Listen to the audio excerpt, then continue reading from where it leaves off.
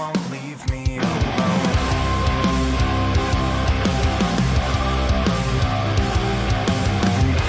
Will you see yourself back in the sun? The light it stings while the night it sings to me.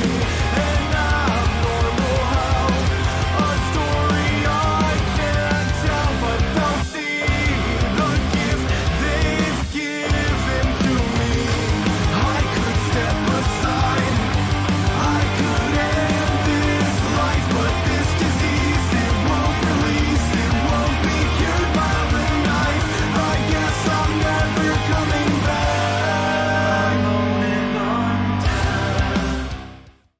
Good evening and welcome to the St. By Night Twitch channel where we play St. Petersburg By Night, a massive multiplayer 5th edition World of Darkness Chronicle set in the city of St. Petersburg, Florida. My name is Kent, also known as Misha Kent on all social media, and I am the lead storyteller of St. By Night. But because it's Saturday night, I get to play the role of host, as this is After Dark. It's our behind-the-scenes program where we talk to storytellers, we talk to players, we talk to movers and shakers in the world of darkness.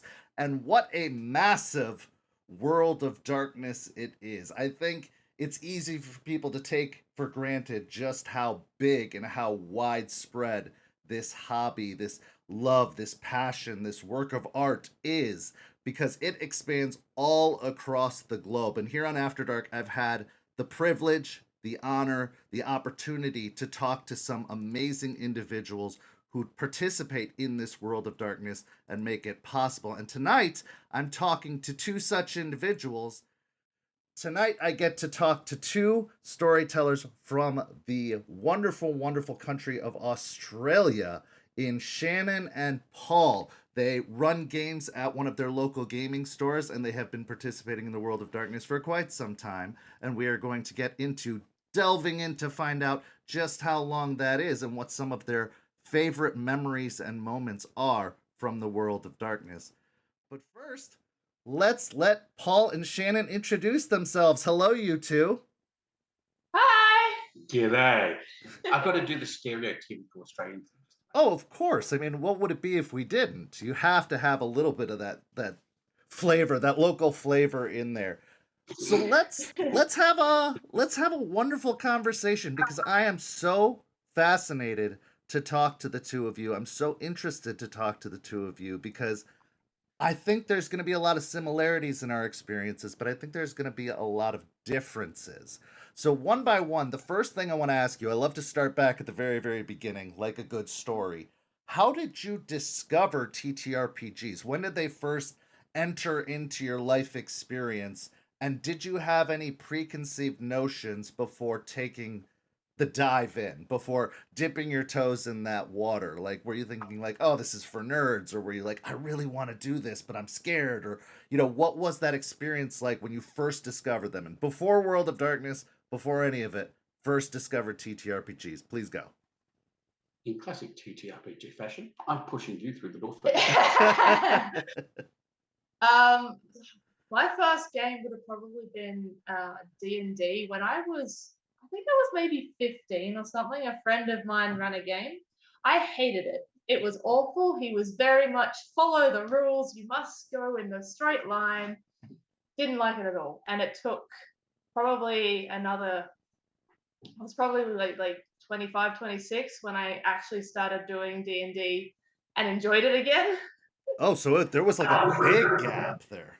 Big gap. Yeah, I really did not enjoy my first experience with D&D, and it sort of put me off most games. And then eventually some other friends started up a game. And I'm like, oh, if you must have another player, I'll come and play. And I loved it. It was a much more streamlined, choose what you want to do type of game, and it was so much better. Oh, that is a common experience I've found, that a lot of people have a first experience that can either put them off or, make them not like it. And I think that a lot of good players have been lost in this hobby of ours because of experiences like that, because they think, is it always like this?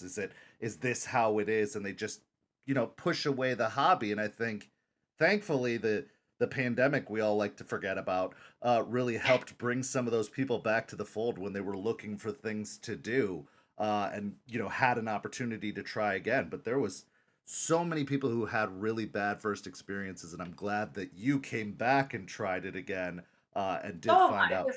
Yeah. yeah, it opened up all of them. Like that, I started with D&D, and then I moved on to Vampire. I've done Cthulhu, Cyberpunk. I've loved them all now. But yeah, it was. Oh, that's fantastic. Paul, how about you? Well, I got into TTRPGs in 2013, so 11 years ago now. It came out of a rather nasty relationship breakup, which we'll not talk about. But it was part of that self-discovery post-relationship kind of thing of, damn it, I'm going to look at things. And I heard about this D&D thing. You hear about it. My parents were rather conservative, so there was that stigma about the satanic panic of whoa, whatever. And so, at age of 30 odd, it's like, give it a go. And so that was around fourth ed was when that happened. Yeah. I figure for those that are into the D&D, I'm quite happy to be a 4E apologist. So all those who say it's crap, suck it. It's awesome. About 3 years into that, I started getting into Traveller. It's a sci-fi one if people are across that. And I thought that Traveller was fantastic. And I've been trying to encourage people to try things other than D&D ever since discovering that Traveller and Vampire and everything else. The landscape is massive, even though D&D is the Coca-Cola and is so ubiquitous. There's so many more cool things. There really is, and honestly, that is a big thing that I think, especially now more than ever, with the accessibility of games, with there being so many games that are available on PDF that you can find online. I feel like the landscape is even more vast and even more accessible. But because of the popularity of certain programs like a Critical Role or a Dimension 20, people think, well, this is the only game that matters, when there's great games like all of those you both mentioned, but also Monster of the Week and the Star Wars RPG and the Lord of the Rings RPG. And there's just like plenty and plenty of games to delve into. So no matter what your taste is, if you're not a fan of the fantastical, fantasy based game, there's sci-fi, there's horror, there's all of these other places to go. And I've been running and playing World of Darkness for 30 years. And I got to play during the end of the heydays of World of Darkness in the late 90s. But then after the drop off, so too did the hobby in a lot of ways. Like when 4th edition D&D came out, that was kind of some dark days for TTRPGs because a lot of systems were transitioning and trying something new. And what they tried, in my mind, were not good. So a lot of people were put off. I'll go on a rant about Chronicles of Darkness later, but overall, it was a shift and a transition. And even then, it was really hard to get people to break out of the mold of what they wanted because people were afraid to admit that they liked TTRPGs in those days at all anyway. It was still viewed as kind of taboo or kind of really nerdy. But now I'm seeing people expanding. I'm seeing people experiencing things. I just spent a weekend at Gen Con and there were games running round the clock of all kinds of systems. And it's just great to see. It's great to see that people are expanding outwards. That D&D is still very much popular and I'm grateful for its existence, that it heralded in a new generation of fans. But there's so many other places to go, and I'm glad that people are experimenting with some of that stuff. That being said, let's talk about how you discovered World of Darkness. When did it first come across your radar in terms of your personal experience? Shannon, go ahead. So some friends of mine, we were sort of discussing, what do we want to play now? We're all organized to go away for a holiday weekend of just gaming. We're like, what do we want to do?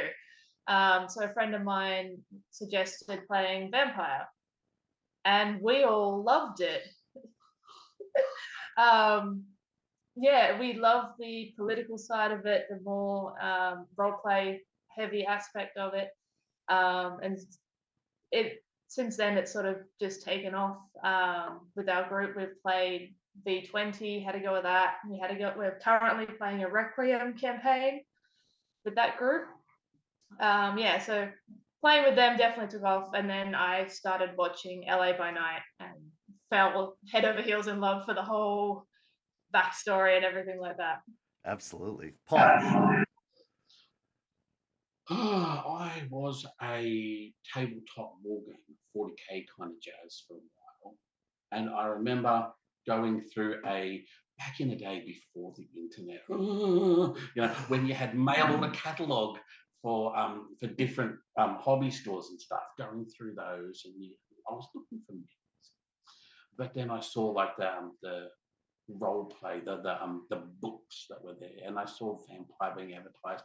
And at the time, being like 16 or so, it was kind of the whole idea of just, oh yeah, that's not what I'm looking for, move on. So I knew of its existence. So back in '96, that would be about second ed or just before revised, whatever it is. But that was it. It was just okay, it's out there in the ether somewhere, and that's it. Actually being introduced to it was only about a year or so ago when Shannon was the storyteller and I got to play Vampire for the first time ever. So you really only have like about a year's worth of experience for yourself within the World of Darkness system and the setting and everything like that.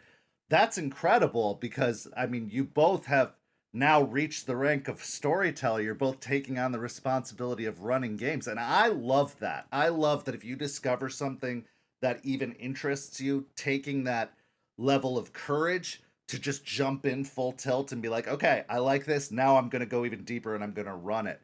And one of the biggest pieces of advice I give to people is just do it.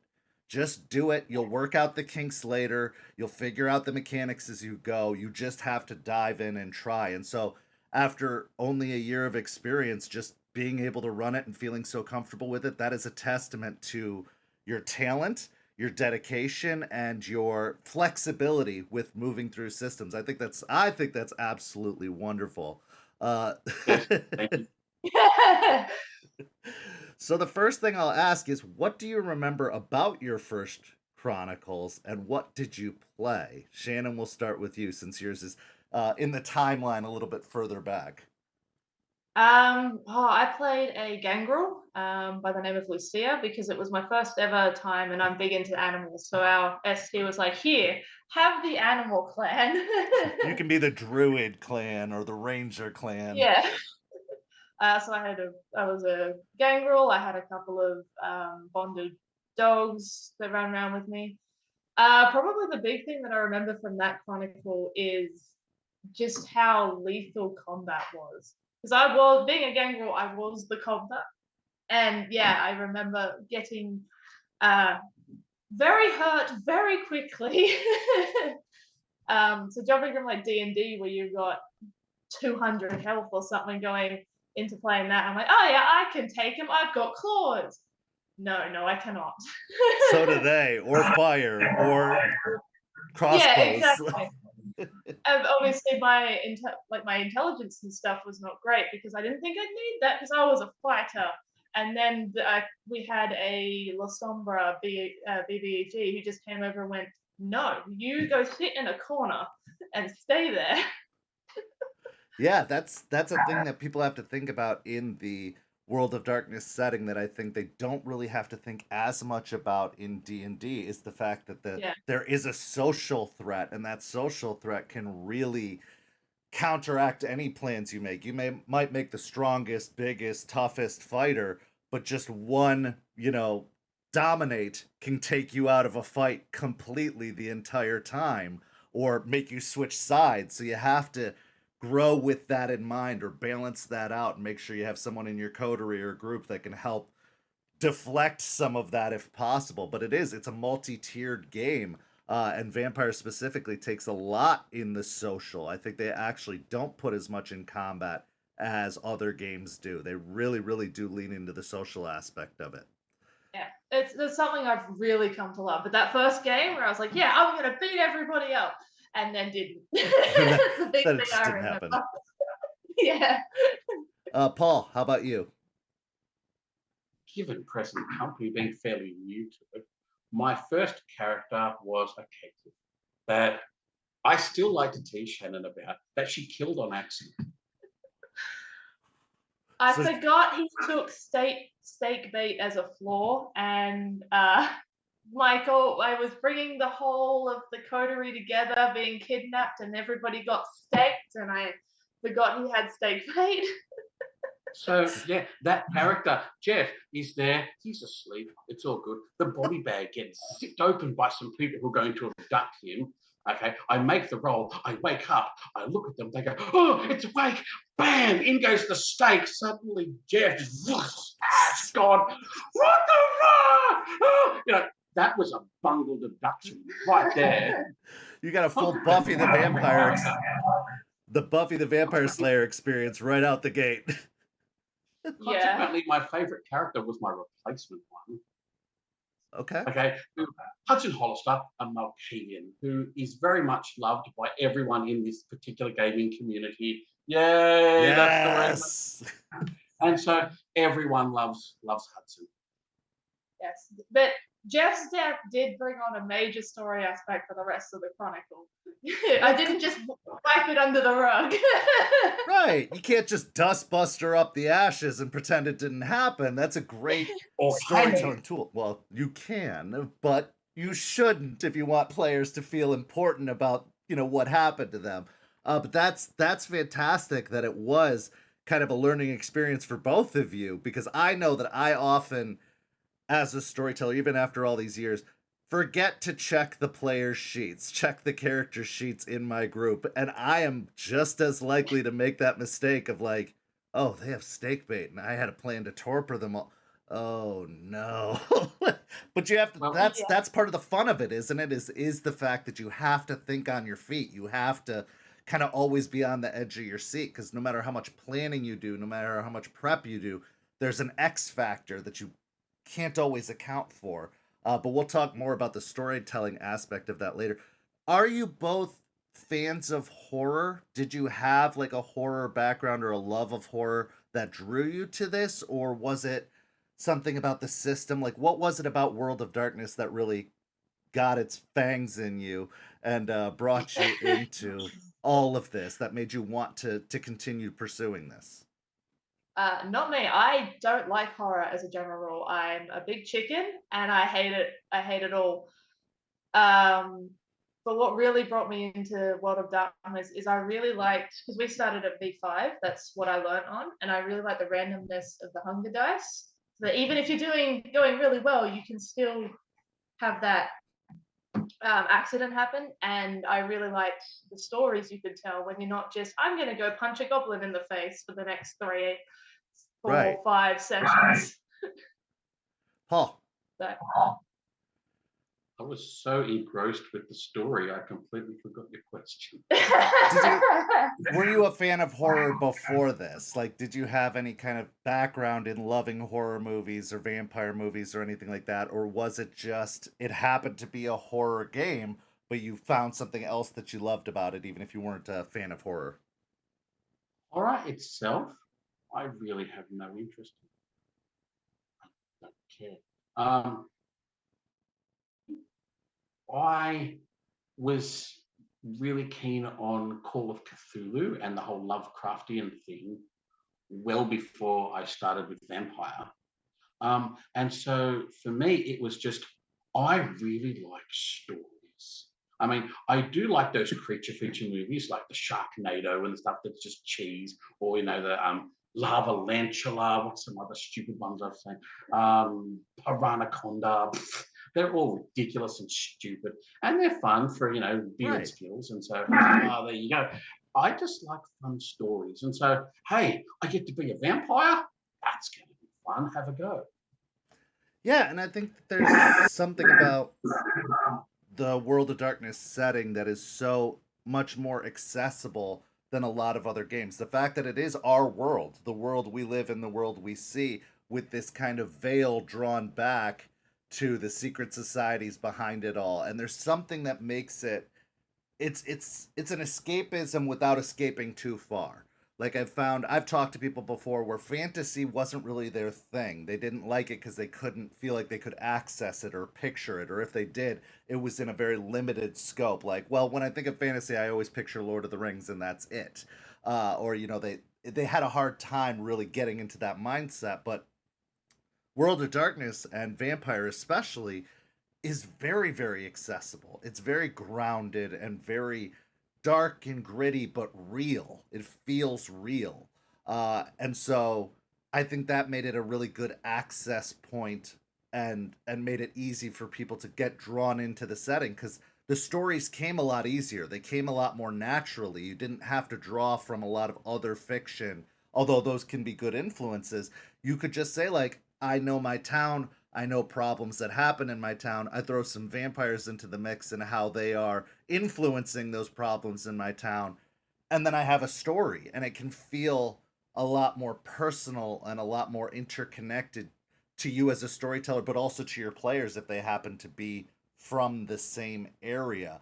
Did you find that being the case for you starting out, or did you find that it was like a little bit harder to access the material? No, so for my first chronicle I ran, I literally went, I am in Wollongong, I am running this game in Wollongong, all of the people that are coming to play are from Wollongong. Wollongong is my setting. It's just going to be what you know. Yeah, I think with that helped draw a few people in who had not wanted to branch out, because our local store ran D&D. And then I'm like, hey, can I run Vampire? Pretty please, with a cherry on top. And I think that helped bring a lot of people in, where they're like, oh, it's here. If we go to Warrawong Macca's, we know exactly what that is. So I think that helped a lot. So yeah, that was my first story, was literally hometown. How about you, Paul? I figure I was probably trying to be too ambitious straight up, but also having 10 years of experience of just running games, being a GM and telling stories. I went to the other side of Australia. I went to Western Australia, which I figure kind of like some of your central US states, it's almost desert, like Arizona at a guess. If I'm any good with my US geography, Western Australia is pretty much desert, and everyone lives on the coast, because if you go too far inland, you just die. Yeah. Yeah, absolutely. Las Vegas, so Nevada. Yeah. So yeah, I figured that's fun. Let's put vampires in the desert and see what happens. And so yeah, I went to Western Australia. I kept canon continuity with Shannon's east coast of Australia. Wollongong is about hour and a half to 2 hours south of Sydney for geography reasons, for people listening on and watching, whatever. And so yeah, other side of the country, Western Australia, in Perth, which is the capital there of WA. Yeah, I wanted to keep continuity, but I thought I'd do that. I like running my stories as Frankenstein, where you sew bits together. I'll take a module that I like the story from. I'll bolt on, apart from this module that I like, and so I'll weave that into the story here. I'll homebrew this whole section here. So the whole story has got all manner of really legitimate narrative stitching holding it all together. And so, yeah, I just, what was that first one? That was, I pinched the, what was it, intro module of something, and started off with that.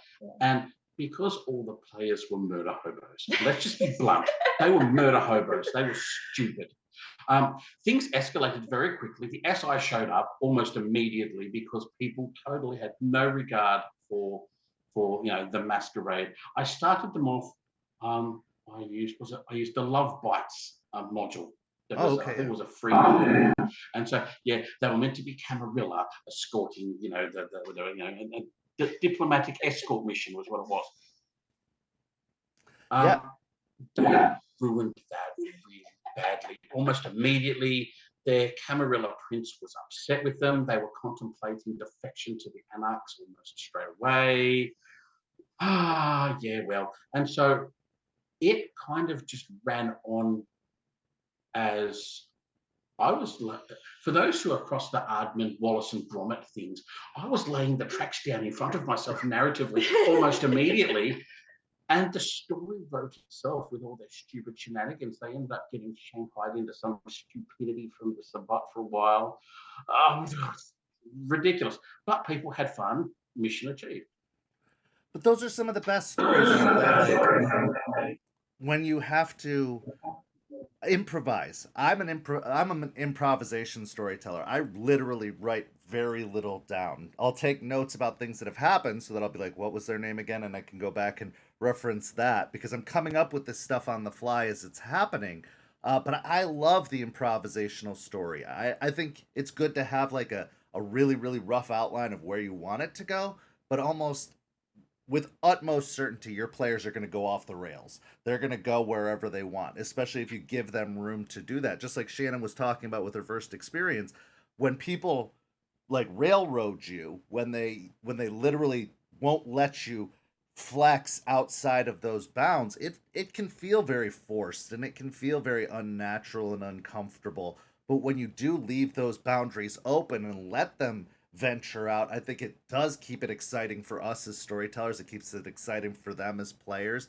And I think some of the best stories come out of unplanned moments like that. When it goes a completely different direction and you're dealing with the Sabbat, you're dealing with the SI, you're dealing like that's what people want to experience. They don't want to stay in a stuck small term type deal.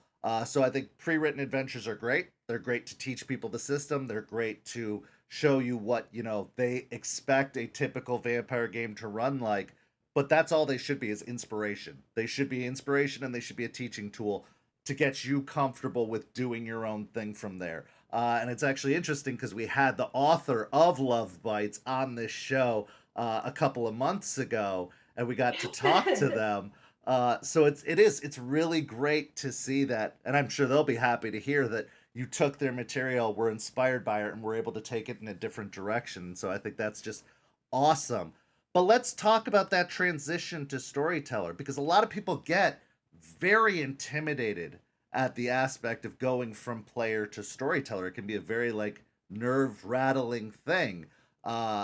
Because you have to feel comfortable with the rules. You're expected to know all the lore. You're expected to wrangle anywhere from 2 to 7 people and keep them all on task and keep them all on target. You're basically, it's a job. You're having to administrate this group of people while also being creative, and all these expectations on you. That can be very intimidating for people. So what was it like for you each individually taking on that role? And it doesn't have to be specifically around World of Darkness, but just in general, whether you started storytelling or DMing D&D, whatever game you started with, when you made that transition from player to game runner, what was that experience like for you, Shannon? So my first game runner experience was DMing D&D. I was very much like, I don't know how to do any of this, so I'm going to take Lost Mines of Fendelver and I'm going to run that. And if people like it, then I'll keep going. And that game's still going like 3 years later. We're still playing it. We've finished Fendelver and now it's all homebrew stuff. We're like jumping into Vampire was... that one was more I'm not getting to play this as much as I want. I'm going to fix that problem.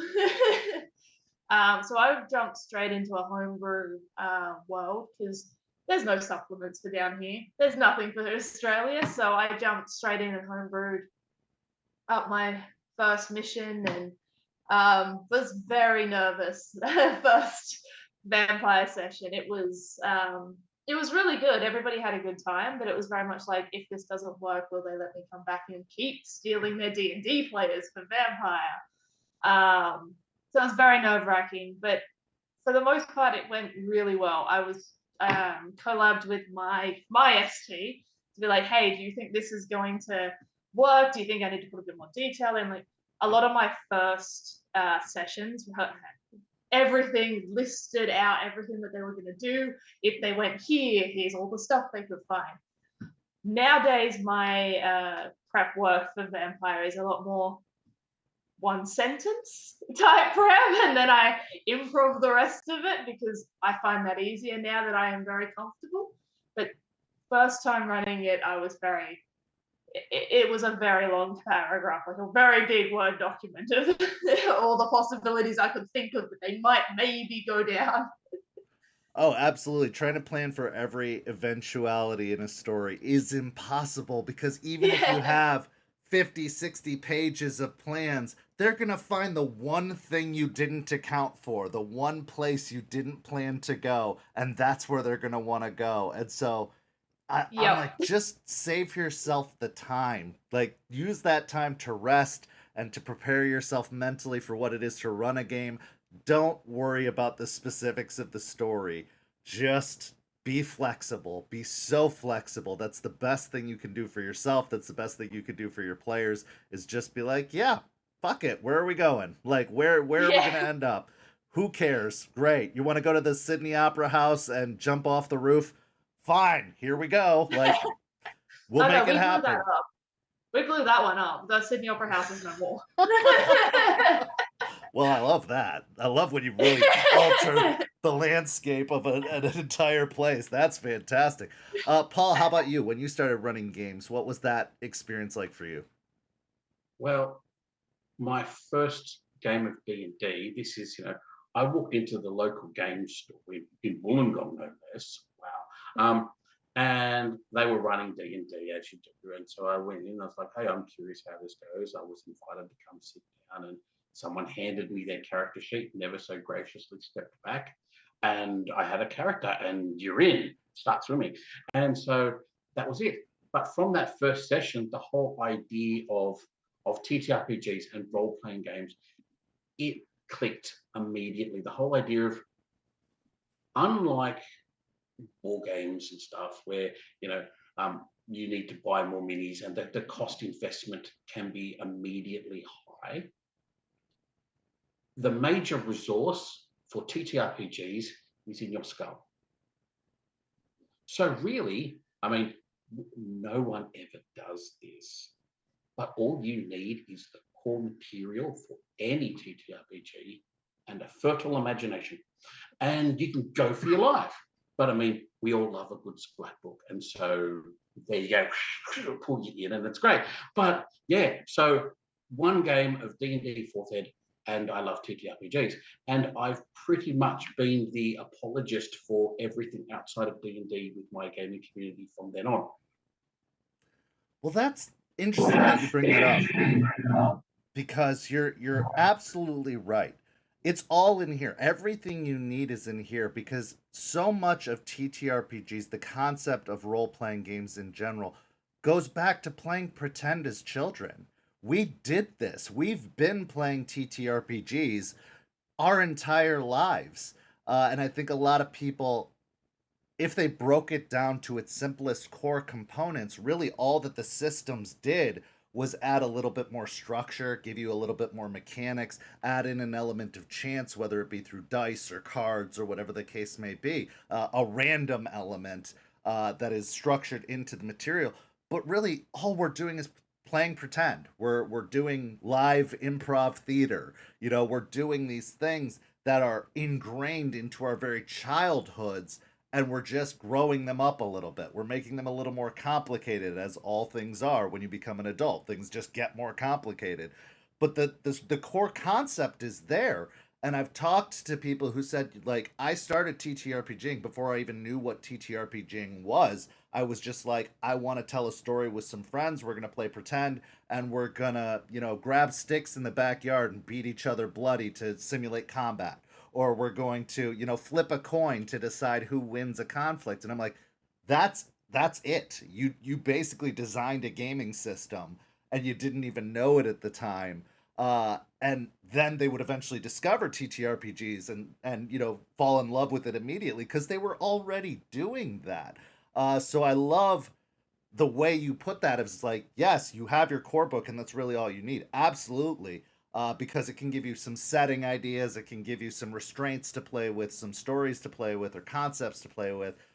but we really never needed any of that stuff. You just need a good imagination and a willingness to yes and a lot of things, or just go along with a lot of concepts, and you'd be right in it. So Australia, this is one of the things that fascinates me most about World of Darkness in Australia because, like Shannon said, there's not a lot of material. Australia is kind of this no man's land where if you look on White Wolf Wiki or if you do a little bit of research, maybe you get 2 or 3 sentences saying, "Oh yeah, there are some werewolves down there," or "Oh yeah, there's some vampires in a small area that are Cam or Sabat or whatever."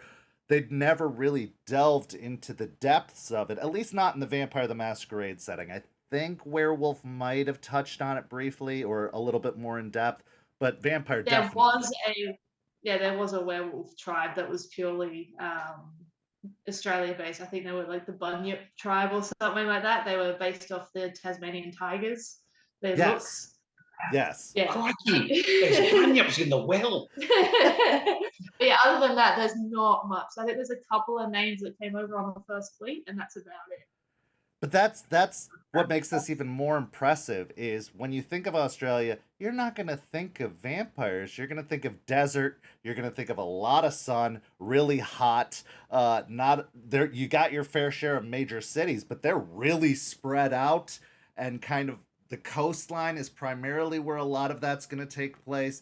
Not a lot of inland stuff. So you took on a really unique and interesting challenge of developing a setting in Australia for vampires. What was that process like? Like, how did you take into account all of these things that vampires need, like darkness and lots of people and places to hide from the sun? How did you develop a setting, all of that? And did you find it to be particularly challenging? Or having been born there and raised there and known the area well, was it a lot easier than one might expect to incorporate vampires into that kind of climate? I didn't find it too difficult simply because, yes, I was born here. I think I'd have a far more difficult time saying running something in Florida because I've never been. I have no idea what it's like there. A lot of the stuff I find is if you're traveling, you need a sun-proof RV because you can't get from Wollongong to Perth in one night. It's just not going to happen. There's also I tend to, with mine anyway, werewolves tend to be a bit more in the center with where the desert is because that's where they can run free and they can do their thing, whereas vampires are very stuck around the cities because they need the people. And because a lot of like there's a couple of big cities, which is where you've got your big like Camarilla, your Anarch, the big groups.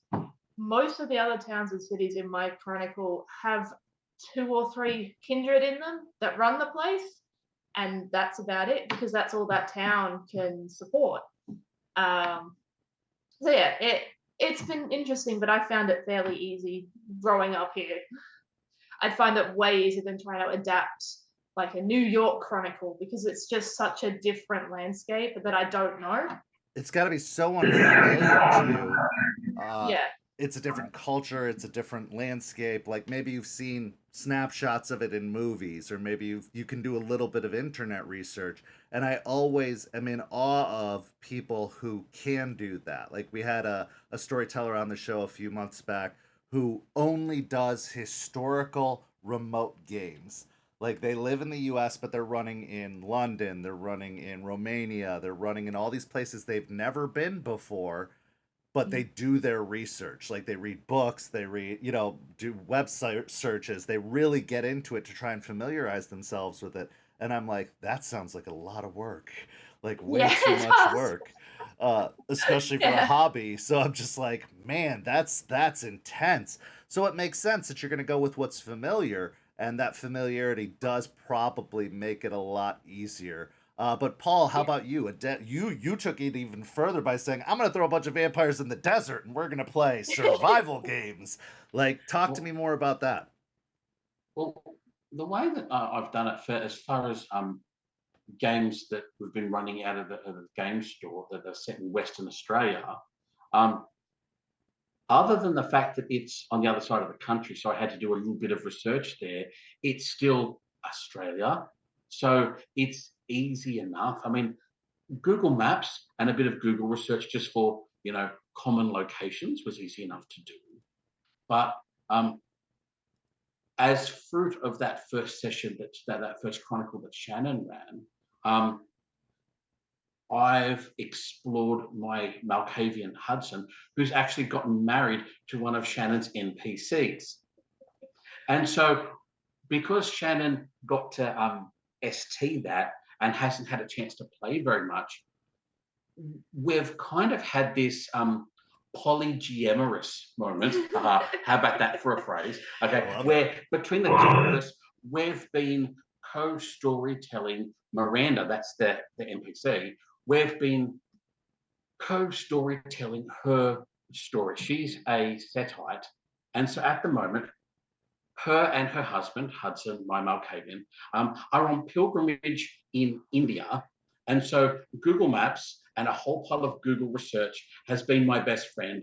And I've been, again, improving my way. And you've liked it because as soon as it's come over the screen, it's been cool.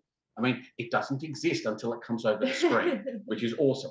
So, yeah, we've gone to India. We started in Udaipur, and then we went over to Rajasthan in India. And I've learned a lot about Indian culture and what is touristy and what isn't in India. And so that story is still ongoing and is interesting. And because I love Call of Cthulhu, we've had some very interesting, ancient, horrific things that when Malkavians look too deep into ancient lore of the Setites, you find really weird stuff.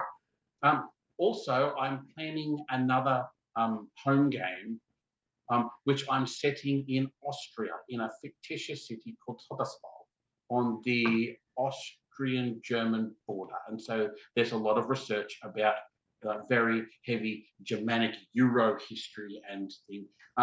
I saw a video once with Jason Carl about setting things in other places. And so those YouTube touristy videos where people take a GoPro and they video as they're exploring. I have visited Vienna virtually multiple times just to get the vibe of what Todesfall will eventually become. Well, and that's a great storytelling tool right there. It's a great suggestion to people to try that, to take that opportunity and look at some of the resources that we might take for granted or that we might forget about. Is that you can get, people record everything now, like everything, Instagram, Facebook, TikTok, everything. So it's, you just Google a place, and if you're willing to spend the time digging into it, you can get GoPro videos, you can get, selfies, you can get all this stuff that gives you such a much nicer and cleaner snapshot of different cultures, different places, different times of day, different locations and buildings and architecture and all kinds of stuff. It's more accessible now than it's ever been. I mean, that's also a terrifying concept when you think about like the mages and technocracy and the Second Inquisition, but in reality, like for a storyteller, all of the pieces are there, all of the resources are there. When I started running game in the 90s, again, when the internet was not as popular, that was a much more foreign concept. You just kind of had to make it up on the spot and take what you knew from movies or maybe from a few books that you've read and try to piece something together. But now, I think running those types of games, all the tools are out there. You just need to know what to look. And I'm really glad that you said that about the GoPro videos and brought up Jason Carl's suggestion, because that is brilliant. Like all of my players, I think only 2 or 3 of the players of our 200 plus player server actually lived in Florida. Most of them were from other states, other countries, all around the world, but our setting is in Florida. And I'm like, I will go out and take pictures of places for you. I will go take videos, like if you want to see. And we even hold a convention once a year where I try to bring as many of them here as possible to go walk the streets where these stories take place and to actually see it, because that is a possibility. But Yeah, like there are so many resources to the point that players get ads from realtors being like, "Are you trying to move to Florida? Because we've got properties for you. You do so many Google searches." But it's so great that we can do that. So I'm really, really, really glad that you brought that up. I want to circle back to something that you said, though, that I really enjoyed about the passing back and forth of the storyteller position, the poly game mastering that you were talking Yeah. about. I love that. And I think that World of Darkness, more than any other system I've played in, really fosters that collaborative storytelling.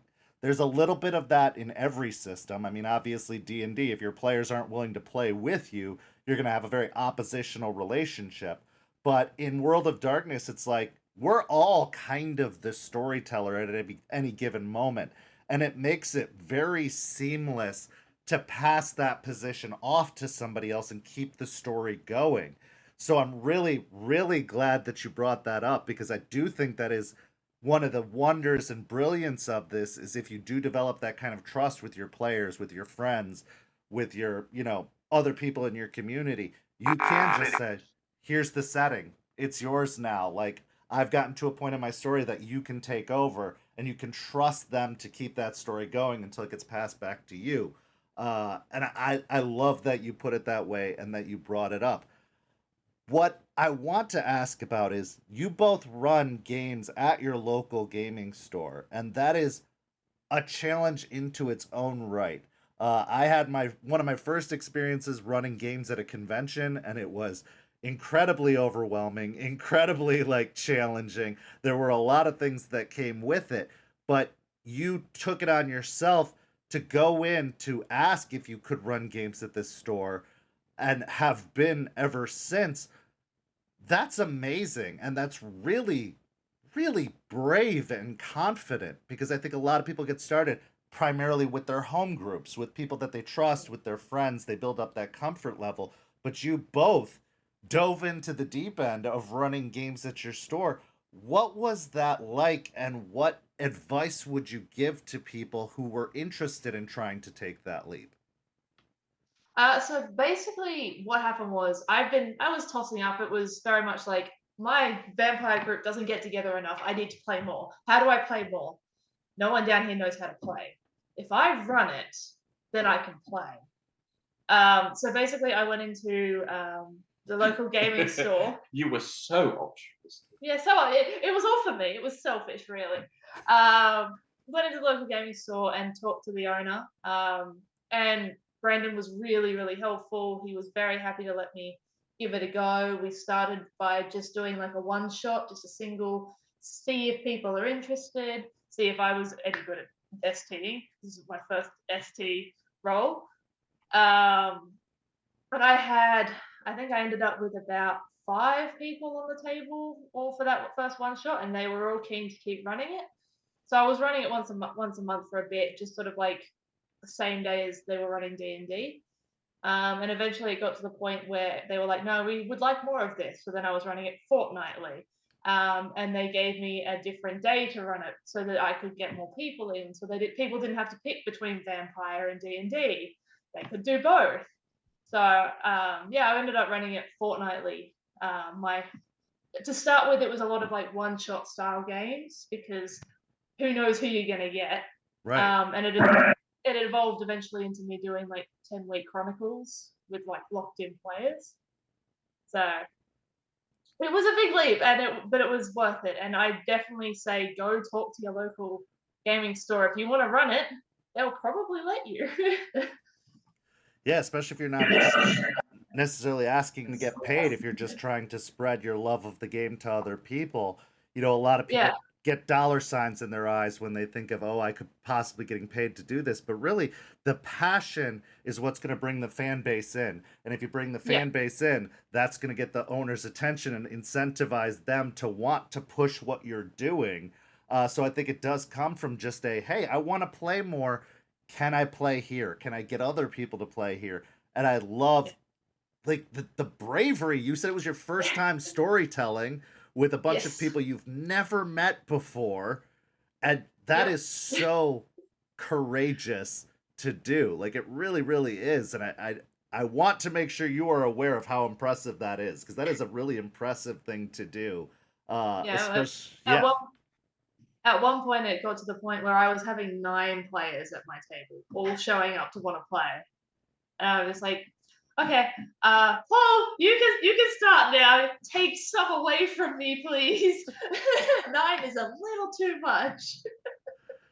So, Paul, expand upon that for yourself, your own personal experience. Like, what were the steps that you took to start running games at a gaming store, and what was that experience like? Was there a lot of like nerves and pressure that came from it, or what advice would you give to somebody who was also interested in trying and taking that leap? Well, I'd been GMing games for about 8, 9 years prior to this. Brandon, the owner at the time, wanted to launch his game store, and I mentioned, hey, I like TTRPGs.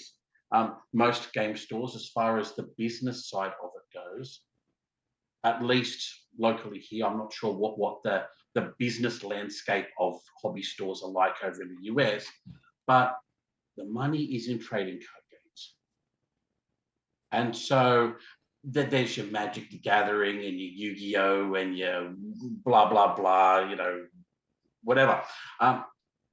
And so I mentioned, hey, I like TTRPGs.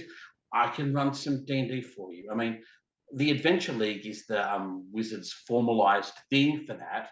So we went through that process, and I got to run D&D, and I was doing that for about a year or so until I really started to get a bit edgy, itchy feet kind of carry on with the rule set.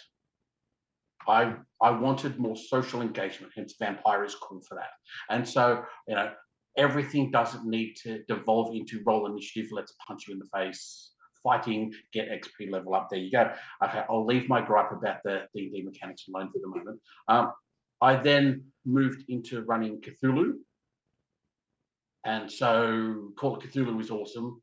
I was playing on the Monday nights in Shannon's Vampire, and backing that up the next day on the Tuesday nights, alternating between D&D and Cthulhu. And so for a GM, it was a really heavy mental load having 2, 3 different active story plots running simultaneously.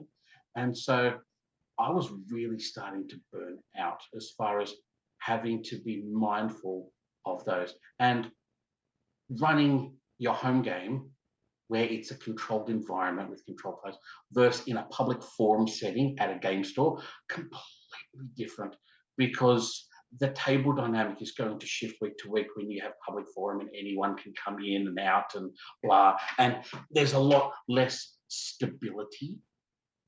And I mean, people have a whole different mindsets. When you have your session 0 for a home game, everyone sets the social contract and what we want to get out of it, and we have a structure and a theme of where we want to push the narrative and etc. But yeah, you get people that are idly curious, or you get people that have had a hard week and they just want to blow off their frustrations, so they're going to murder hobo their way through an evening of just venting and relaxation, and that's perfectly fine. But when you've, the GM crafted this narrative and then someone comes along and completely blows it off by just murder hoboing their way through the entire thing in my crafted narrative, being so precious about it, and then it gets put to the sword, whatever. So running in a public forum is challenging. Yeah, to say the very least. And so, yeah, when I moved away from trying to have the bipolar D&D one week and Cthulhu the next, back and forth, I let that go and I focused purely on the vampire. And Shannon's like, help me, I've got 10 players at a table and it's burning my brain. And so, okay, yeah, I'll quite happily crunch and learn a new system spontaneously. Okay, throw me a rule book. And that's what Jeff was. Jeff was learning the rules and Hudson was playing the rules. And so, yeah, learned how to do that. Spent the next, 12 months or so, however long the campaign was for, learning how it works, and then started running myself. So I want to follow up on that about the safety tools. So, you know, we talked about like at a home game, you're going to talk about like what are people comfortable with, what are people not comfortable with. You kind of figure out that social contract that you were talking about. We call them lines and veils. You know, what can we allude to? What should we completely avoid?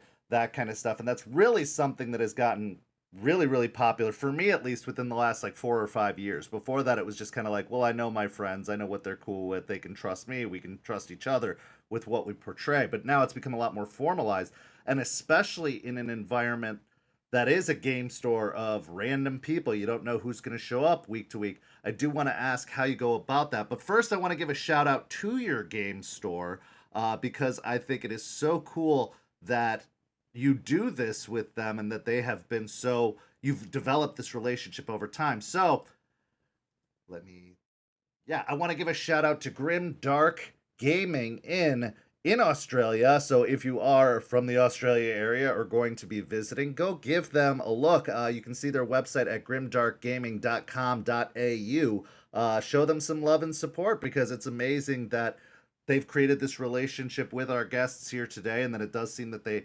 foster holding open games and kind of a lot of different systems, a lot of different possibilities. I looked at their schedule and they've got the card games, they've got pretty much everything you can imagine. But go check out that website and show them that over in the States here, we do support our local game stores, even if they are the most far away thing from local for most of us. It is good to see that these businesses are still thriving, still existing, and still supporting the hobbies we love so much. So, safety tools. How do you incorporate those at your tables at the game store? Because you do get a wide variety of people who don't necessarily know each other, don't necessarily know you, don't necessarily know the game, and they've got to be bringing in a lot of potentially hot button issues and perspectives and personalities. How do you navigate that all in such a setting as a gaming store game? For me, I tended to stay very, when I was doing my one-shot style, more who knows who's going to show up. I might have 9 players this week, I might have 5. When I was doing that style of running it, I tended to keep things very middle of the road. I didn't push boundaries with that sort of style of stuff, because I could be running a game and a 12-year-old could walk up the stairs and just be there. So I didn't want to be like, let's go to a torture house and describe all that in detail, because who knows who's going to come through the door. Now that I've been running these more like I have a locked in group of people, they're a set chronicle.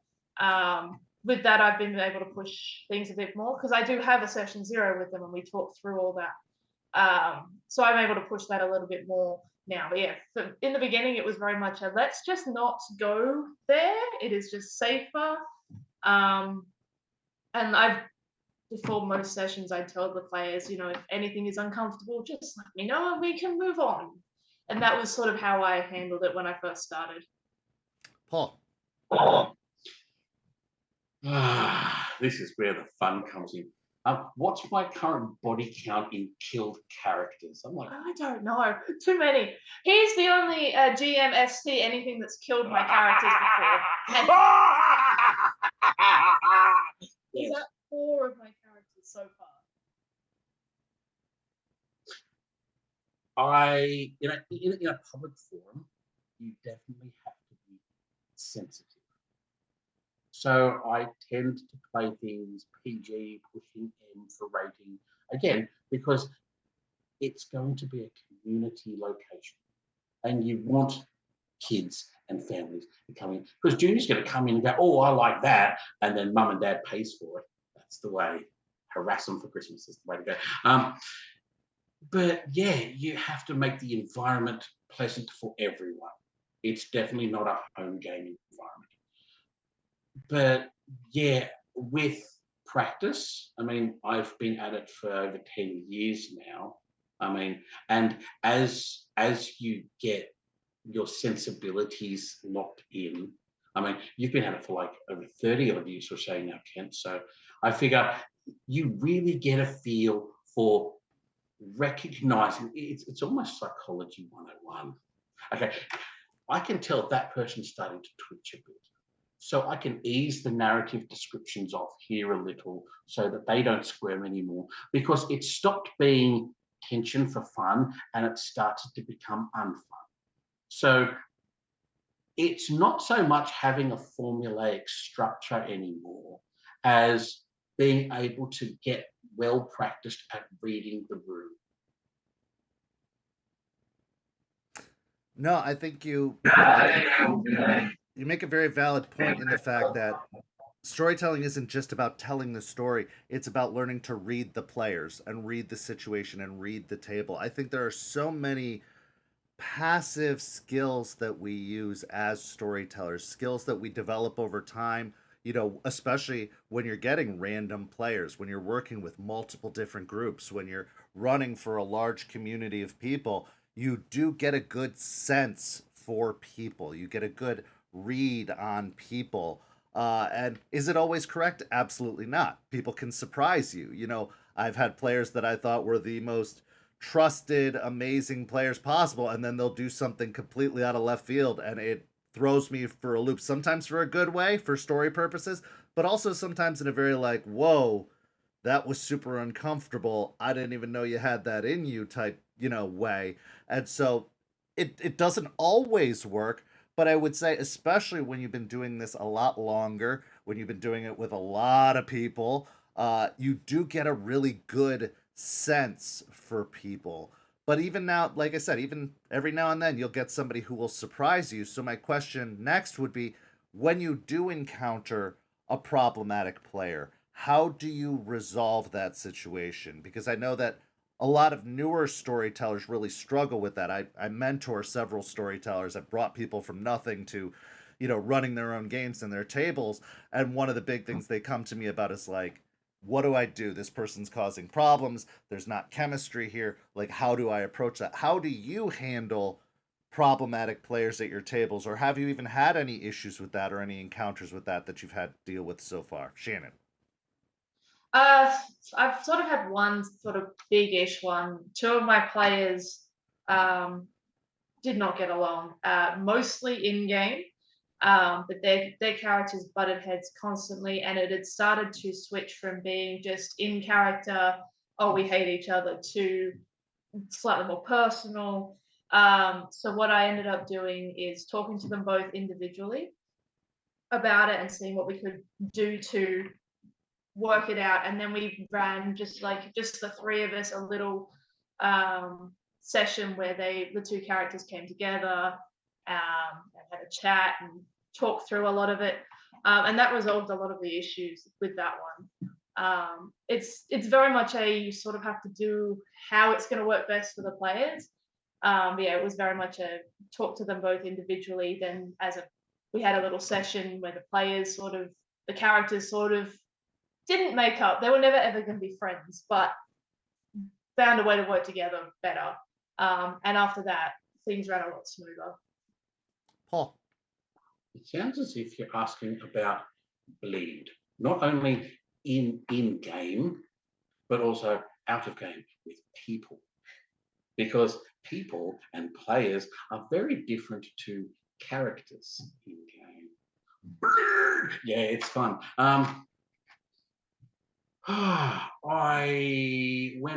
When running Cthulhu, I had this particular player who was really keen on the minutiae details, and they would consistently interrupt with the what about this, what about that, what about blah blah blah blah, and I had to work again, public forum. Okay, in a home game, you can tell your friends to shut up. Okay, stop being a drag. We need to get on with the story. Stop wasting time. Shut up. Okay, I see you over there. That kind of thing, right? But in a public game, for paying customers in a store where I'm not the store owner, I can't go telling customers to shut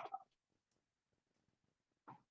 So that was a challenge as far as what I ended up doing with this particular player was had a bit of a word from that. You learn lots of really interpersonal skills here. Either that, or you learn lots of conflict resolution or conflict avoidance skills, which may or may not be helpful. Now, I basically said to this person, you seem really enthusiastic about this, and that's awesome. Now, I'm running the story here, and you really love it, and that's great. But I'm going to suggest, I want to encourage you because you love it and because you have so much information and willingness to share it. How about you run something and attempt to redirect this over enthusiasm with no filter, which is the bane of GMing when you shut up. I have a narrative to tell and you're in the way. Let me tell the goddamn stop. And you can't do that in a public forum. So, yeah, it can be challenging when you have people with multiple motivations and reasons for being there and styles of play, and their style of play may not match with my style of storytelling, and you learn quickly. Well, I'm really glad that you called it for what it is, which is bleed. Bleed is a very, very problematic element in gaming. Even World of Darkness, in one of their recent books, Bloodstained Love, addressed the issue of bleed, and they kind of said bleed can be a good thing, which, while that may be partially true, it can more often lead to problematic elements. And especially with the World of Darkness, and even Call of Cthulhu and some of the other more darker horror games, we're touching on some pretty intense stuff, emotions, situations. Murder's a pretty regular thing in World of Darkness, and we're not talking about like killing off a band of goblins. We're talking about killing human people with families and lives and stories. And it does tap into some of the darker natures of players, and so it is really important to kind of navigate that minefield because you are seeing the darker sides of people. They are thinking with that kind of goblin brain, as it were, that part of their brain that does think about that kind of stuff. And I think that it is really important to make sure to incorporate some sort of separation. Some time dedicated in the session to be like, all right, let's step back from our monster brains and let's get back to being people because we have to go to work tomorrow. And that kind of process. But I think you're right. Like learning how to read people, redirecting that energy, because some people get so invested, so fired up. You're right. Go write a story of your own. Go, instead of trying to take over and commandeer this story, create one of your own and take people on that adventure, because it's not necessarily a bad story, or it's not necessarily like you're not doing anything wrong by being so enthusiastic and so invested. What you're doing though is you are dominating this process that we all are doing separately from that. So like trying to create that separation or trying to redirect, that's a really, really good strategy. And actually I hadn't even considered suggesting that to some people, of just saying like, hey, if you have a person with main character syndrome, maybe convince them to write a story for that main character and tell it to a group of players who can play in it. Like once you're like, storytellers are allowed to have main character syndrome to a certain degree because they are the ones dictating and telling the story. Whereas when you have a PC at the table that's got main character syndrome, that can hurt the fun of the other players at the table. But I really liked that suggestion. I want to shift gears a little bit more to talking about the system as a whole, specifically the World of Darkness. It's gone through a lot of changes. It's gone through various editions, as games do. It even took a departure into Chronicles of Darkness. And Shannon, you said you're playing some Vampire the Requiem. You've done 20th Yes. anniversary. 5th edition was kind of where it seems like you got your feet wet at first, and is, Yep. I'm guessing, what you use now. What Yeah. are your thoughts on the differences in the system? What are some things that you like, some things that you wish would be brought into like V5, and which of those three was your favorite, and why? V5 is still definitely my favorite. I love the randomized aspect of the Hunger Dice. I think it's an amazing system that they have for that. I think it's far better than the blood pool of Requiem and V20, where you just can do the things rather than having the, oh, oh no, I've just rolled a messy crit on my interrogation. Am I going to rip this guy's head off? Oh no. So I really, really liked that, and like balancing your hunger and all of that sort of stuff with V5. So it's definitely my favorite. What I'm really liking about Requiem is how much more powerful you are as a kindred, but it doesn't feel overpowered because every kindred is overpowered. So I'm playing a Nosferatu in Requiem, and just the ability to run around doing. I'm invisible now because I have a single dot in obfuscate. At a second dot, I can make someone else invisible with me. Like just the power scaling on Requiem, I think is really cool. But it once again has like the blood pool, and it doesn't have the random aspect that I really love about V5. V20, I was probably my least favorite. I didn't like how churny the combat can get in that. And I know it's not the biggest part of Vampire, but like you got your soak and your all of that, and it just everything takes so long because you go through your armor and all that sort of stuff. I found that really clunky. And I like a lot of the like clan specific details. I played a Bahari in V20, and that whole like infernalism track, that was really cool, and I'd love that to come across more than it has. Unless some of the powers that they've sort of shifted away, some of those are really cool, and having them come across would be amazing. But I also understand why they haven't. So yeah, but like V5 is definitely my least favorite of the three that I play.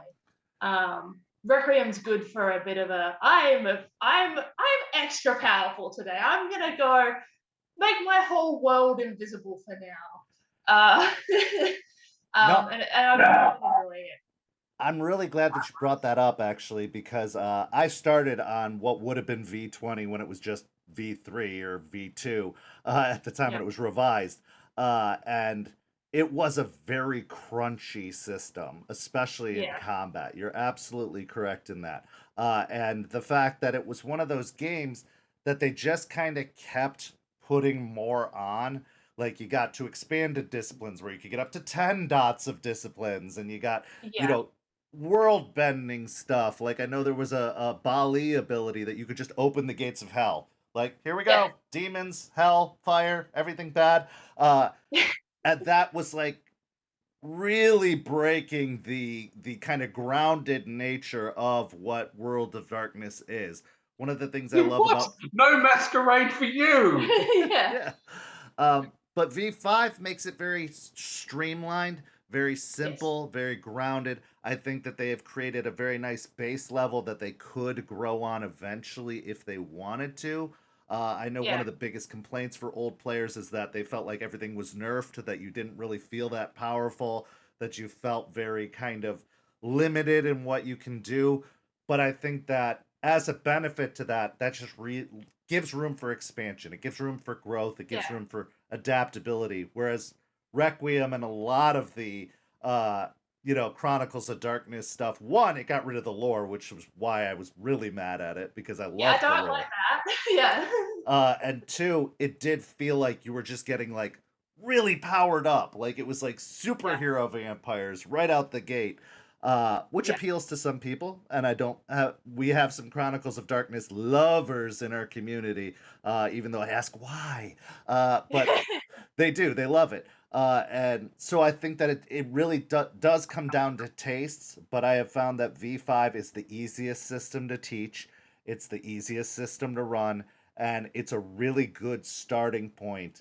For those who want to get more crunch, they can go play V20. For people who want to play a little more super powered, they can go to Chronicles of Darkness. But it's such a good starting point, especially since gaming has been opened up to the zeitgeist of people since the pandemic. Like more people are interested. It's more socially acceptable. It's more, openly there's a lot more open interest in it.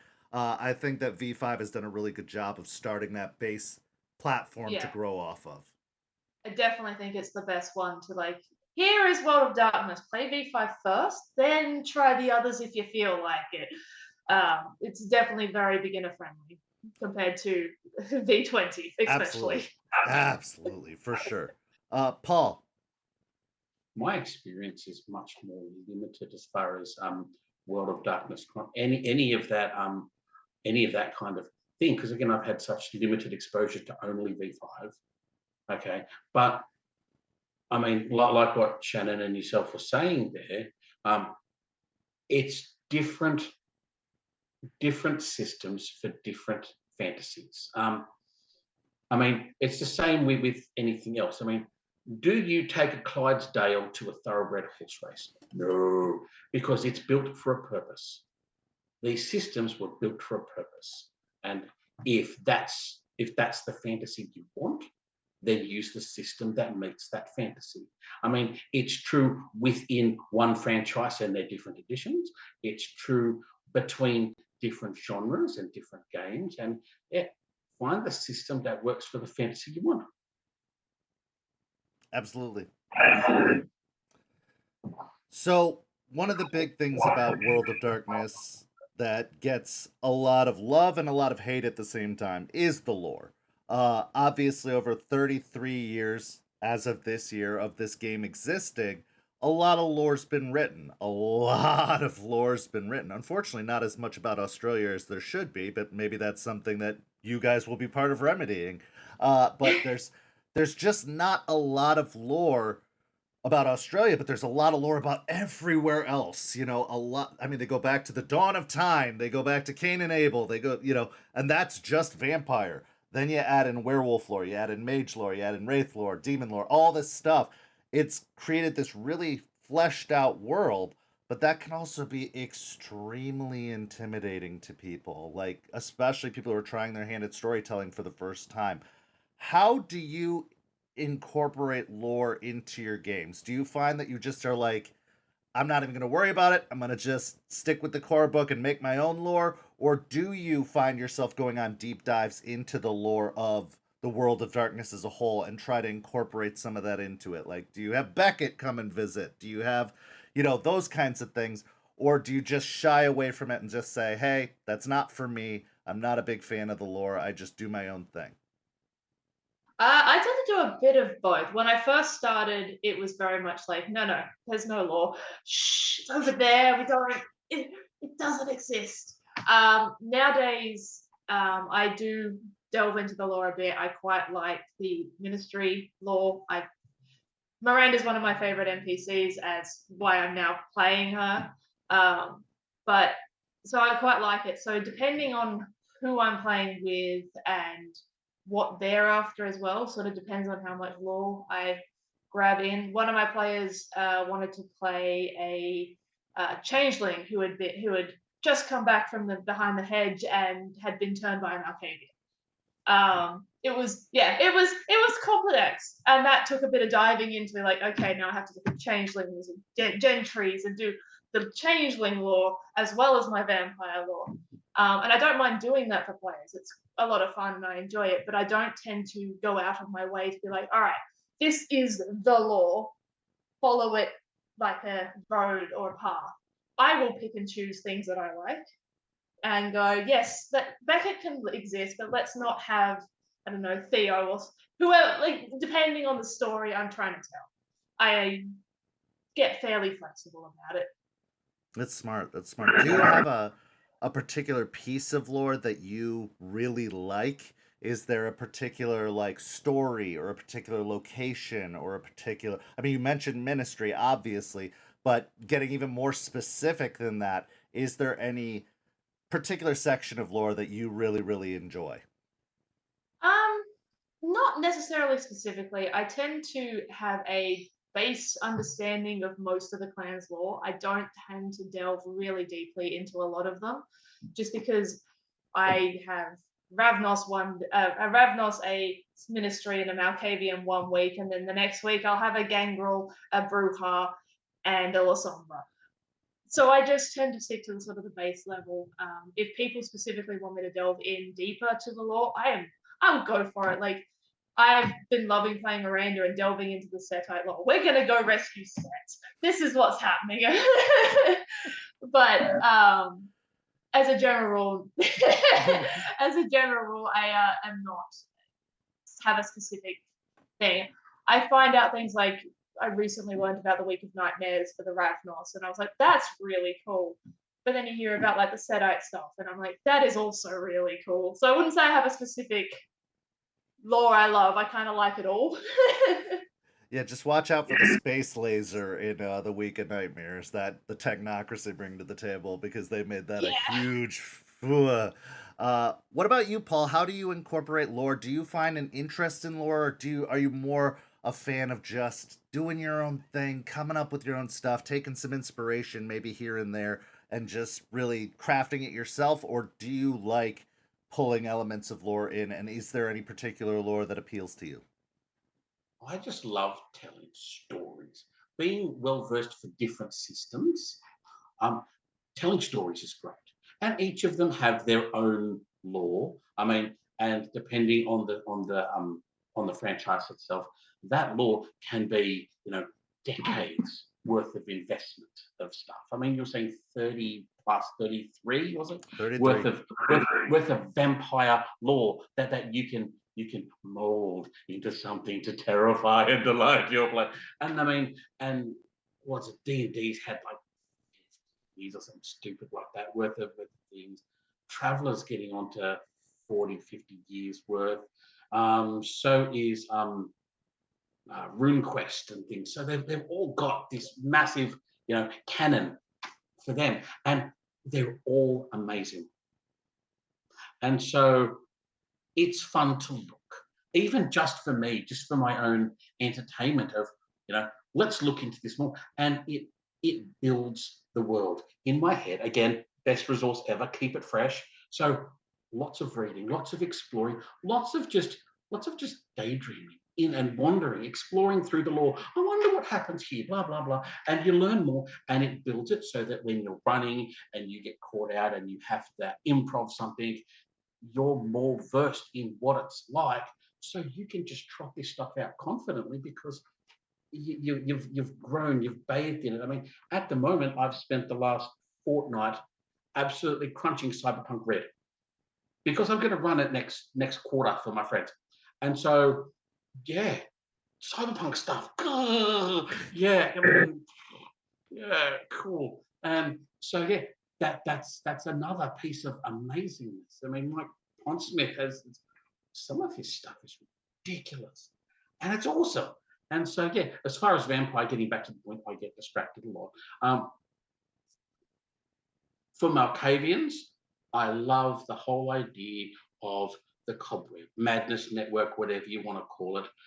You've had so much fun exploring this. I did have fun. It was good. Yes, we've gone full, multi-level depth inception as Hudson, my Malkavian, takes his wife on tours through the Madness Network. It's covers her ears. Hang on, dear, this is going to be wild. Look at you, you're bleeding out of your eyes, but it's okay. I've been born with it. I can handle this. You do it and it'll kill you. Yeah, and so yeah, it happened. And so yeah, that's been fun. But also exploring again for Miranda, exploring the Setite lore and the Egyptian mythology stuff. It's been so much fun. I've managed to, because I unapologetically really like Lovecraftian weirdness, I've been employing some of that in there. Like, I mean, for those who are familiar with your Egyptian mythology, and you've got, Horus and Set and Osiris and what have you, and then Apep, the serpent that they're fighting, and the blah, whatever.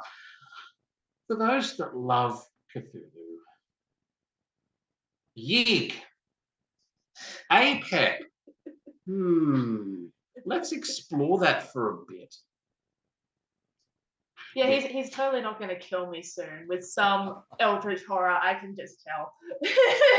You've already had the children of Apep completely have a go. Yeah, Hudson's currently missing his eyes. It's great. He got attacked by snake people and had his eyes shut out of his skull. So yeah, imagine a Malkavian that can see without eyes. It's been prophesied. Auspex can do some wonderful things. Yes, it can. Yes, it can. So I want to ask some lightning round questions for you. These are the kind of the go-to questions that our community always asks of our guests. And since we're pre-taping this, for those who are watching, if you couldn't tell already, it is pre-taped. I'm going to ask some of the questions on their behalf. So one of those questions would be, what's your favorite clan so far? And then my second follow-up question to that would be, what's a clan that you haven't played as a player? Obviously, as storytellers, we play all the clans. We dip our toes in everything. But a clan that you've wanted to play as a player but haven't had the opportunity to do so. Go ahead. My favorite clan is still Gangrel. Love my character Lucia, my first character. She came over to be an NPC in my game, and I just love the taming wild animals stuff. As for a clan I'd like to play, probably a Salubri, just for the unique aspect of it. I was going to say Nos, but I am now playing a Nos, so I guess Salubri, the hiding yourself away and all of that sort of stuff. I quite like the challenge of having that, third eye bleed issue. Well, and also the fact that they're so heavily hunted that their blood is like the filet mignon of vampire blood. That adds another element of like you can't trust anybody and you can't get close to or bleed around anybody, which they automatically do. So it is a really strong challenge. You're tasty and you go well catch. Yeah, I like the challenge of that sort of stuff. Like I wanted to be Nosferatu for ages simply because I want to be ugly and then try and deal with normal situations while I'm this ugly thing. Now I do. Well, and that's the game, isn't it? Like the game is to accept all of the flaws. You don't want to be the big-chinned hero that you might want to be in D&D. You want to be the flawed, I have to overcome all of these drawbacks. Like, I want to be ugly. I want to be cursed. I want to be, missing an arm. I want to have as many detriments as possible, because that's what's fun about playing those types of stories in World of Darkness is like, how are you going to make this work? How are you going to do this? It's the challenges that make the game worth playing, not being great at everything. Like eventually you'll get there, but it should be a hard journey to get to that point. Absolutely. And like Thin Bloods, I know with a lot of their stuff, especially some of their new powers, you can very much min-max your Thin Bloods. You can have a store going of all of these different concoctions you've got. And I went, no, I don't want to do that. I'm going to have the one where I have to make it in myself, so I can only ever have one thing activated. I'm going to have nightmares, and I'm going to just have all of the terribleness and just go and see how it goes, because it's a much more fun game for me if I don't go, yes, this is my overpowered character who can solve everything. No. Let's have my flawed, pathetic. Yeah, you want to have to crawl your way up from the beginning. Paul, how about you? What's your favorite clan, and what's a clan you've always wanted to play as a player that you haven't had a chance to yet? Favorite clan, straight out the gate, Malkavian. Yeah, fist bump for you. That's the way. Professionally, I work as a disability support and mental health aged care worker. So exploring the empathy of mental health and mental frailty for me is fascinating. I mean, professionally, I've invested a lot of time and training into that. And I find it, mind-blowing. It's amazing. So Malkavians are just that sweet spot for me. And I will quite happily lose humanity points and stain me. I will beat to death people who suggest that fish smells are awesome. Absolutely. I think that the beauty of Malkavians is that it is a spectrum. You can play any end of it. And I think there are ways to do so tastefully. I think the reason fish malks get a lot of hate is because people think that's making fun of or making light of mental illness, when in reality it's like, if done effectively, it can be tasteful but can still kind of be zany, and it can still be fun, as long as people remember that this is a game. nobody's trying to be offensive, nobody's trying to poke fun at anything. Like, we're all just trying to have an experience, and that there are good things to come out of any version of a Malkavian that can be played. Because also people love to go the whole, sociopathic serial killer route, and I'm like, yeah, but that can also get pretty boring and pretty limiting sometimes. So it's really just about like tailoring the character to be interesting, unique, and but also still very entertaining for the player and for the other players as well. So yeah, I love me some Malkavians. Mwah, love them. Using Malkavians as a narrative cop out for being a chaos gremlin, smack in the back of the head. Just Oh, for come sure. on, come on, dig deeper. The story is so much better when you're doing it wrong. One thing. You have one- Absolutely. Yeah, I'll get off that soapbox as well. Character that or clan that I would like to play. I have a character that I've been thinking of for a while now. It's requiring a bit of work, but I think it'll be interesting. Okay. There's a book, Kindred of the Beast. Now, it has, yes, I can see by your expression that there's some things that are in that book that can be difficult. Let's be euphemistic with this, because otherwise, there you go. Now, I like the idea of culture and history and experience. And I mean, let's be honest, a lot of World of Darkness and the core book, it's built from a Western mindset. So America, UK, Australia, Western countries, capitalism, blah, ventures, blah, blah, it happens. But wouldn't we all be ignorant and stupid if that was all that the world contained? You have so many amazing different cultures and different ways of thinking and mindsets from different parts of the world. And so I want to play a Japanese, culturally Japanese, born in Osaka kind of Japanese gentleman. Okay. What I'm thinking is the whole idea of the kaijin and that whole, mentality and culture that isn't core book vampire. It is very obviously not core book vampire. It also strays well and truly beyond having a lore sheet or one of the paths of enlightenment kind of thing. I mean, there are opportunities to add a bit of spice and some salt into westernized vampire, core book stuff. So what I was thinking was taking that alternate mindset. Again, it takes a lot of work because, I mean, we've all had the visceral reaction. You mentioned Kindred of the East, and everyone instantly, it's like you touch the eyeball on a snail and it's gone in it, go, retract away from it, be gone.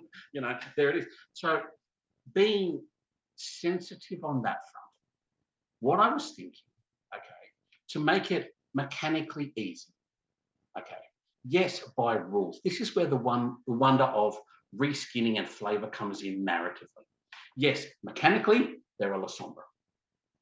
Yes, mechanically, it's going to be dead easy because you follow the core book, blah, blah, blah, there you go. The RP is where the juice is. Because the RP is that he is going to be culturally Japanese. He is going to be a samurai. He is going to have that samurai death before dishonor mindset. He is going to be, yes, the whole, from what I read of the whole Kwaijin, the bit that I want to take from it is the distinction of the different clans is a Western conceit. You may well have a La Sombra or a whatever, but because they're not recognized as such and do not have that history or that mindset, that whole Western thing, they are the way that I'm going to use it again, which, people can crucify me in the comments and so what, I don't care. We are all quite dead. We are all hungry dead. we all have our own unique skills. And so the spirits and the energies that have empowered us to be, whoever over there has obfuscated up to wazoo, they're but ugly as sin. The Westerners know that one as a Nosferatu. Well, that's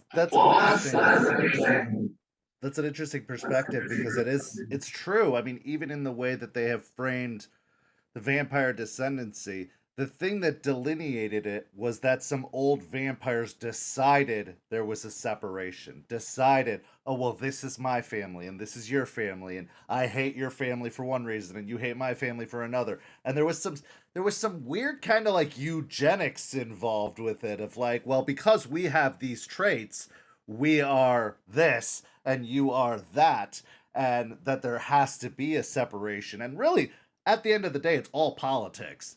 I mean, because they all descend from Cain, supposedly, if that's the lore you go with. No. It's the Scarlet Queen. But that's the point. Is like they're all theoretically the same. They're all related. It's just a lot more distantly, and they've been given this belief that, oh well, my branch of the tree is better, or my branch of the tree is ugly, or my branch of the tree is whatever.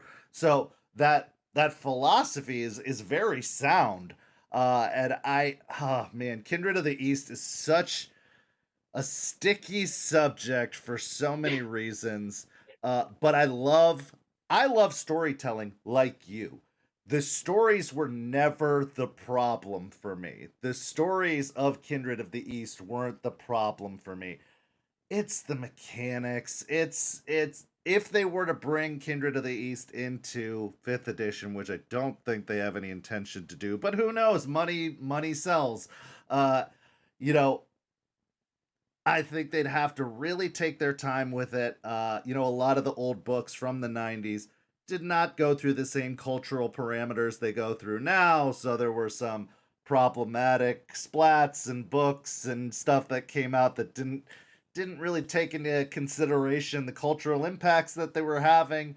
I don't think it's impossible, but I will say that if they do, and this is kind of my philosophy about Mage too, take your time and really take your time. Like, hey, White Wolf, or I'm sorry, World of Darkness, if you're watching, take your time with this. As much as it would be culturally offensive for someone from a non-Caucasian primary country where a lot of people have pale skin, okay?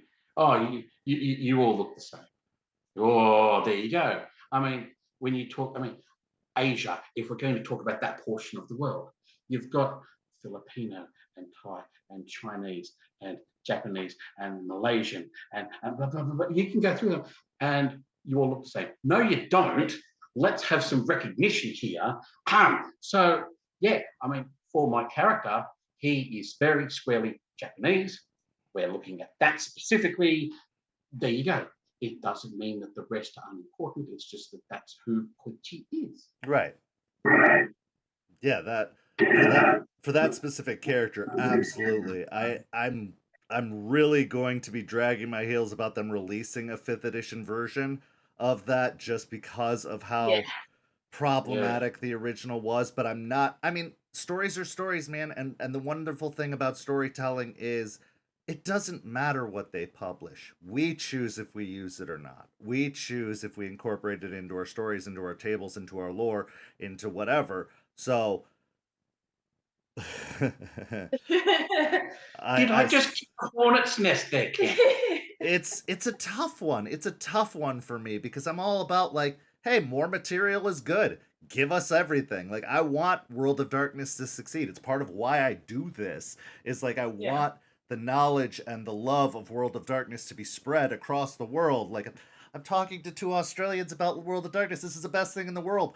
I want them to do well, but I do not want them to step on a landmine again like they've done in the past and give a really bad reputation to the game, give a really, culturally insensitive view on things, or release broken mechanics that make the game, in some people's mind, nigh unplayable. So one of the things they've done really well with 5th edition, and this actually leads into my next question really well, is they've made the system really well balanced across all of the splats. Like on St. Pete, we run Hunter, we run Werewolf, and we run Vampire all in the same universe.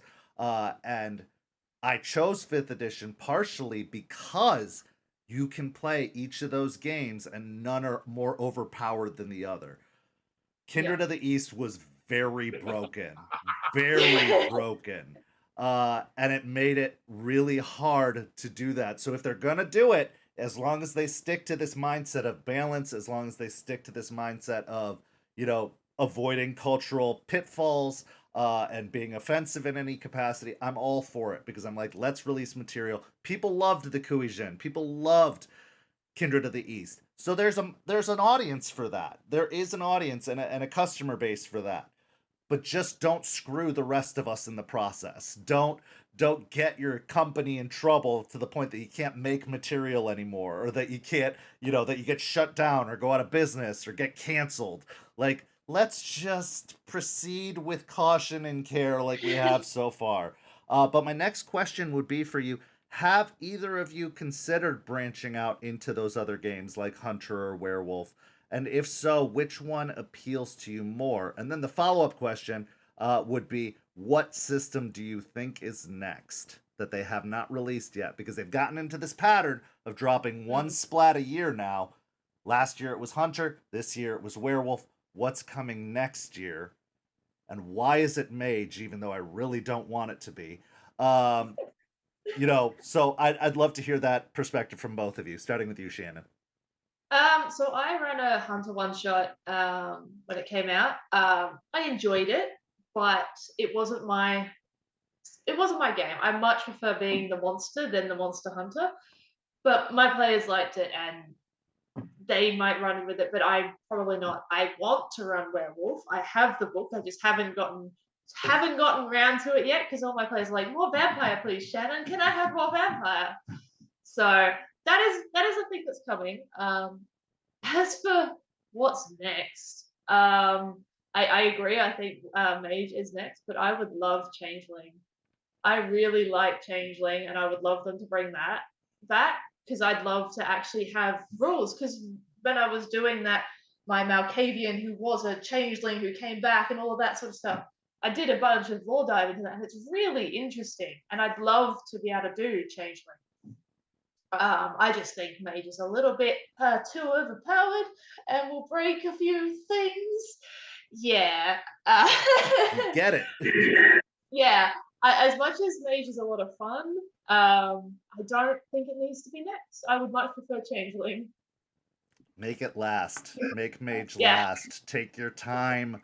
Really try and work on the balance. And if you are going to burn the whole world down with the release of Mage, do it when you're done doing World of Darkness stuff. Put it out last and then fine. But I want Wraith. I want Changeling. I want all these other settings that I know have so much potential and would fit nicely into this 5th edition, world that they've built before you bring in the reality benders that are going to completely wreck everything. I completely agree. Like, I have a single mage in my chronicle at the moment, and it is very much a he's there, don't fuck with him, or he runs the world. Yes. I really don't want them to do mage next. I think they are because it's popular, but I don't want it. Much prefer Changeling. Paul. Again, harping on it because it's a soapbox hunter. I loved it. So, Hunter is my jam.